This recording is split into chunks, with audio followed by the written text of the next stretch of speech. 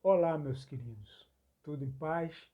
Estamos aqui novamente para a gente fazer uma recapitulação das ciências naturais, antes da gente entrar no nosso tema astrobiologia e espiritismo.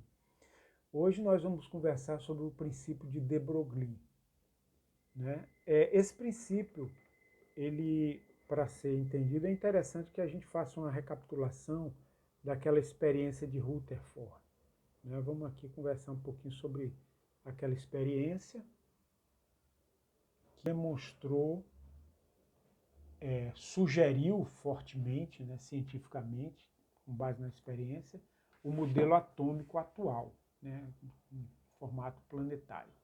Aqui nós temos a experiência de Rutherford, que nós já vimos, estamos recordando, um bloco de chumbo, inclusive só corrigindo. Na última apresentação dessa experiência nós chamamos aqui de placa equivocadamente, mas na verdade é um bloco, com um orifício e um pedaço de polônio aqui dentro. Então, o que acontecia? Existia, portanto, um jato de partículas alfa, e aí o Rutherford colocou uma finíssima placa de ouro, que de acordo com o padrão de espalhamento, né, que foi identificado aqui nesse corpo sensível, nessa superfície sensível, ele chegou à conclusão da natureza planetária do, do átomo. Mas, com essa afirmação do Rutherford, os cientistas levantaram questões, como é natural, né? Para verificar a consistência daquela teoria e também para aprofundar o tema. Então, se levantaram discussões, levantaram-se dúvidas, notadamente uma que dizia o seguinte: por que os elétrons que giram em torno do núcleo, eles não colapsam, eles não caem sobre o núcleo e, portanto, desestruturam o átomo? Por que não acontece isso? Quem respondeu essa pergunta foi Niels Bohr, um cientista norueguês, um físico norueguês. Ele identificou que as órbitas dos elétrons em torno do núcleo, elas são discretas. O que quer dizer isso? Quer dizer que existe o núcleo, existem as órbitas eletrônicas, mas normalmente nos átomos existem várias órbitas eletrônicas. Uma órbita mais interna, outra um pouco mais externa e assim sucessivamente, né? Diversas órbitas. Só que essas órbitas, elas são como degraus. Elas não permitem órbitas intermediárias.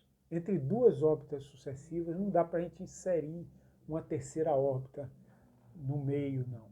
Não é possível isso. Então o Niels Bohr descobriu. Por isso os átomos eles ficam fixos naquelas órbitas, né? Então, assim, em princípio eles ficam fixos ali. Hoje a gente sabe que eles podem saltar, se ganharem energia, né? Se você incide um raio gama no elétron, ele salta, ele pode saltar. Quando ele retorna à camada interior, ele emite um pulso de energia, um fóton, um raio gama, alguma coisa assim, ele pode acontecer. Isso aí acontece frequentemente, né? Pois bem, mas então o princípio daquelas órbitas fixas. O que acontecia também é o seguinte: nova pergunta, por que essas órbitas são fixas? Quem respondeu essa pergunta foi o de Broglie.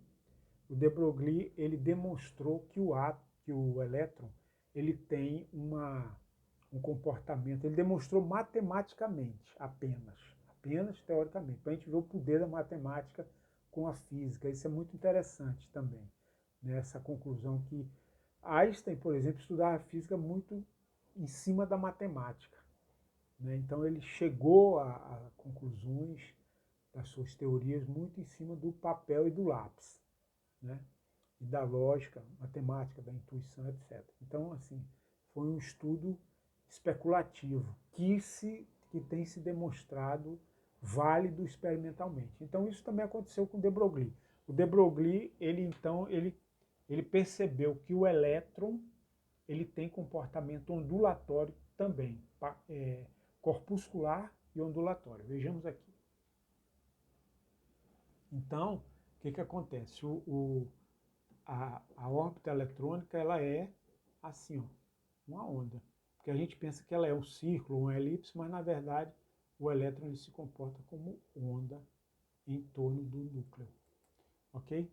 Pois bem, isso, o que acontece? Qual a consequência disso?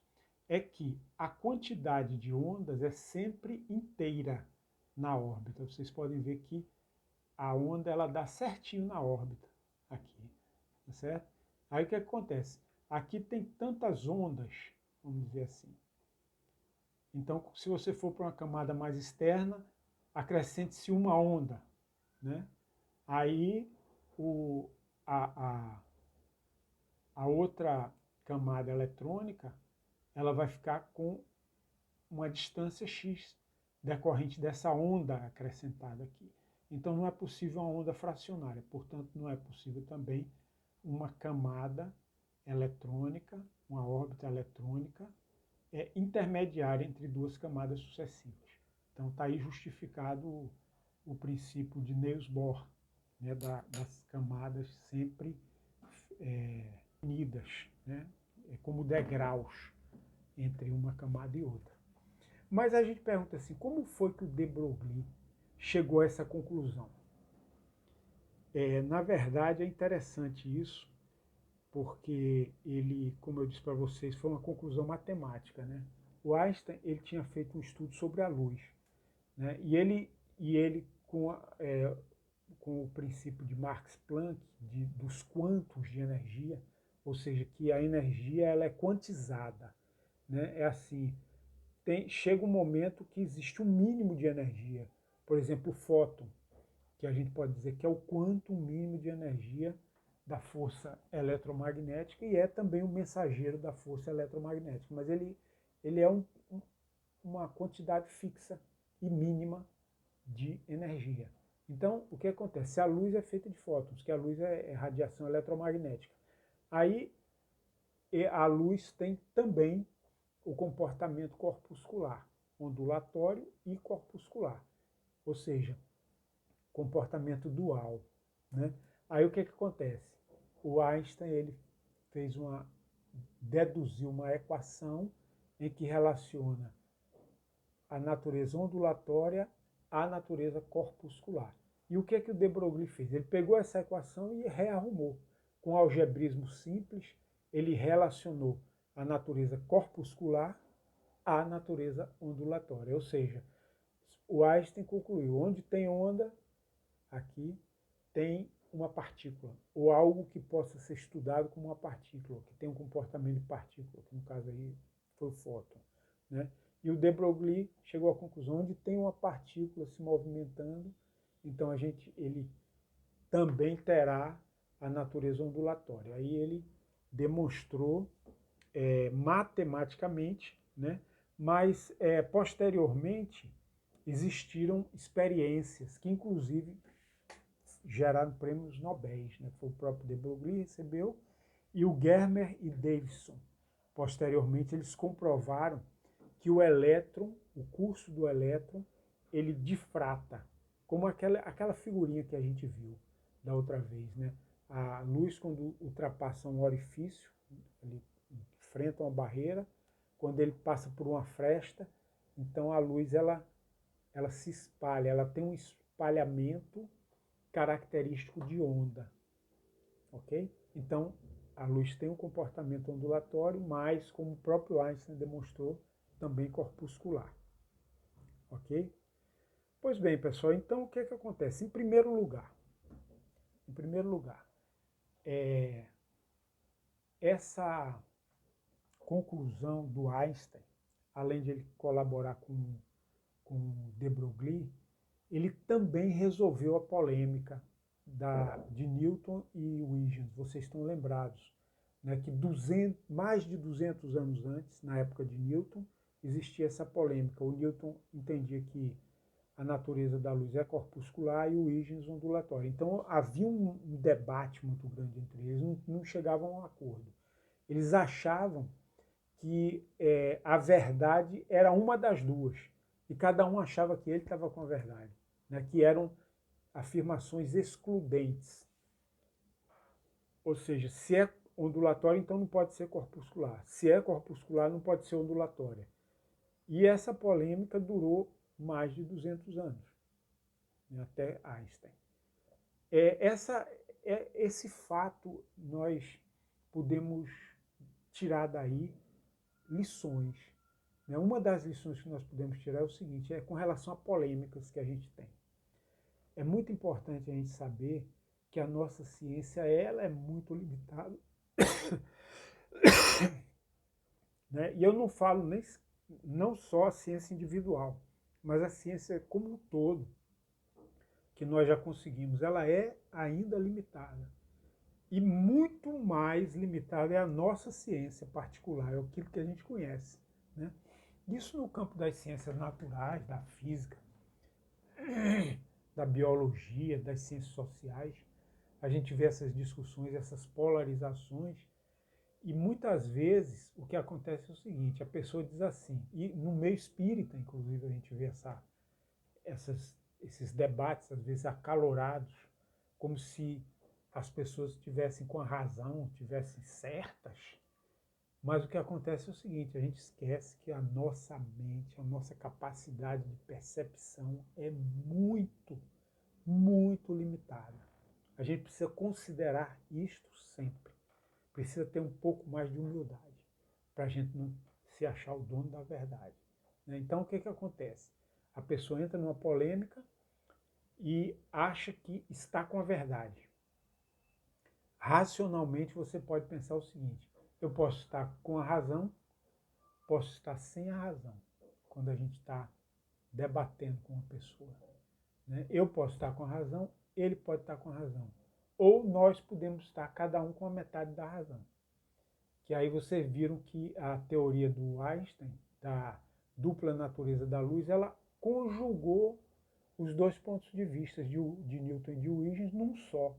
Ou seja, ele concebeu e foi comprovado essa natureza dupla única, né? Onda-partícula.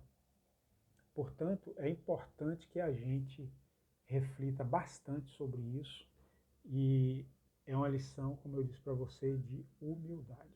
Deixa eu ver aqui mais alguma coisa.